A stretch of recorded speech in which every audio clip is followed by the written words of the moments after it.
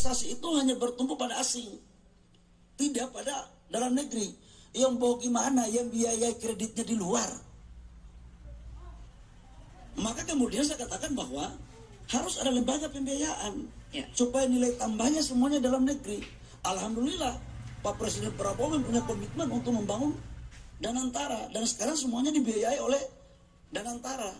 Sekarang kita dari Satgas Hilirisasi sudah mengajukan 18 proyek yang dipimpin oleh Prof. Erani dengan total nilai investasi hampir 300 triliun. Di Danantara yang akan membiayai ya? Danantara. Ya. Supaya apa? Nilai tambahnya semua dalam negeri. Oke. Jadi itu udah mulai berjalan yang udah mulai jalan. Pra FS-nya udah, sekarang FS udah putus di atas, sekarang tinggal eksekusi. Dan 75% dari situ dari sektor SDM. Baik. Nah, yang berikut lagi menurut saya, hilirisasi ini sebagai trigger pertumbuhan ekonomi. Tetapi harus dikelola dengan baik, harus berkelanjutan, harus ada lingkungan yang memadai. Baik.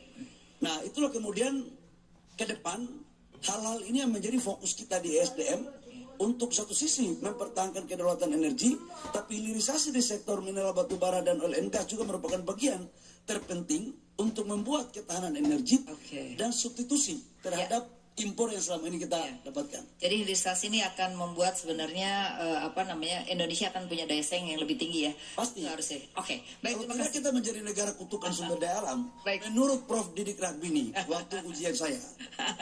Terima kasih Pak Bahlil. Nanti kita akan ada penanggap Pak Bahlil, tapi kita mau dengar dulu Pak Zulkifli ya, supaya karena ini mau duet jadinya kita dengar dulu Pak Zulkifli. Jadi kalau Pak Zulkifli kaitannya adalah bagaimana meningkatkan produktivitas pangan Pak, karena kan kita kelihatan sudah ada kenaikan daripada produksi nasional ya. Nah, salah satunya adalah beras, tapi juga kan kita harus mikirin komoditas lain di luar beras, karena kontribusi makan orang miskin tuh 50% itu justru dari pendapatan itu adalah pangan. Nah, ini kan arahnya adalah kemandirian pangan, tapi sekedar baru beras, tapi sejauh mana juga komoditas lain Pak. Lalu arah kebijakannya seperti apa sehingga memang benar-benar kita bisa membuktikan bahwa kita memang mandiri pangan. Silakan Pak Zulkifli. Apa Leni, terima kasih.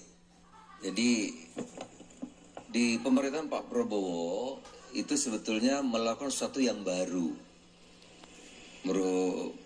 merupakan koreksi dari kebijakan-kebijakan selama 28 tahun kita reformasi. Kalau selama 28 tahun kita sebut pasar bebas, ini sekarang mulai ditata. Ya. Pertama, negara harus kuat. Tadi Pak Bahlil mengatakan, maka lahirlah Danantara.